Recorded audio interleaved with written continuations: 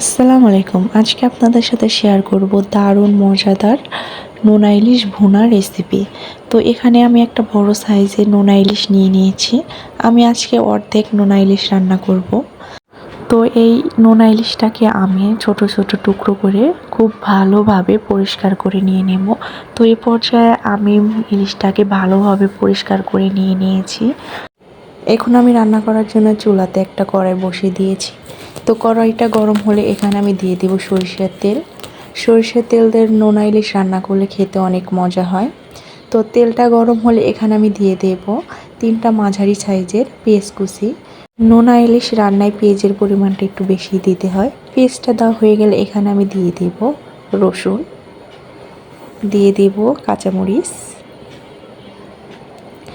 দিয়ে দেব তেজপাতা, জিরে দিয়ে পেস্টটাকে ভালোভাবে ভাজি করে নেব। ভাজি করা হয়ে গেলে এখানে দিয়ে দেব অল্প একটু রসুন বাটা, অল্প একটু জিরে বাটা। নোনা ইলিশে সবসময় মশলার পরিমাণটা অল্প করে দিতে হয়। পেঁয়াজটাকে 2 মিনিট ভাজি করে নেব। ভাজি হয়ে গেলে দিয়ে দেব হাফ চামচ হলুদের গুঁড়ো, হাফ চামচ ধনিয়া গুঁড়ো, হাফ চামচ মরিচের গুঁড়ো। এখন আমি লবণ দেব না। রান্নার শেষে ঝোলটা চেখে যদি মনে হয় লবণ দেওয়ার প্রয়োজন, তখন আমি নামানোর আগে অল্প একটু লবণ দিয়ে দেব। তো মশলাটাকে ভালোভাবে কষাতে হবে। মশলাটা কষানোর জন্য এখানে আমি অল্প একটু পানি অ্যাড করে দেব। পানি অ্যাড করে এখানে আমি 2 মিনিট মশলাটাকে কষিয়ে নেব। কষানো হয়ে গেলে এখানে আমি দিয়ে দেব একটা মাঝারি সাইজের আলু ফালা করে কেটে।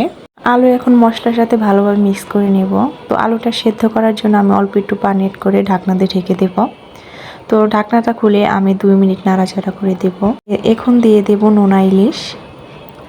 তো ইলিশটাকে আমি সুন্দর করে মশলার সাথে মিক্স করে নেব। মাছটাকে কষানোর জন্য আমি একটু পানি অ্যাড করে দিয়ে ঢাকনা দিয়ে ঢেকে দেব। তো ঢাকনাটা খুলে এই পর্যায়ে আমি দিয়ে দেব ফ্লেভারের জন্য 3-4টা কাঁচামরিচ ফালা দিয়ে নাড়াচাড়া করে দিয়ে ঢাকনা দিয়ে ঢেকে দেব। দেওয়ার পরে এখানে আমি অল্প একটু লবণ অ্যাড করব। আমার মনে হয়েছিল লবণের পরিমাণটা একটু কম হয়েছে, সেই কারণে আমি লবণ অ্যাড করে দিয়ে দিয়েছি। এখন ঝোলটাকে সম্পূর্ণ শুকিয়ে নেব। আমি এখানে কোনো প্রকারের ঝোল রাখবো না। যখন তেল তেল উঠে আসবে তখন আমি তরকারিটাকে নামিয়ে নেব। আপনারা চাইলে আমার রেসিপিটা বাসায় ট্রাই করতে পারেন। আজকের রেসিপিটা কিন্তু খুবই মজাদার ছিল।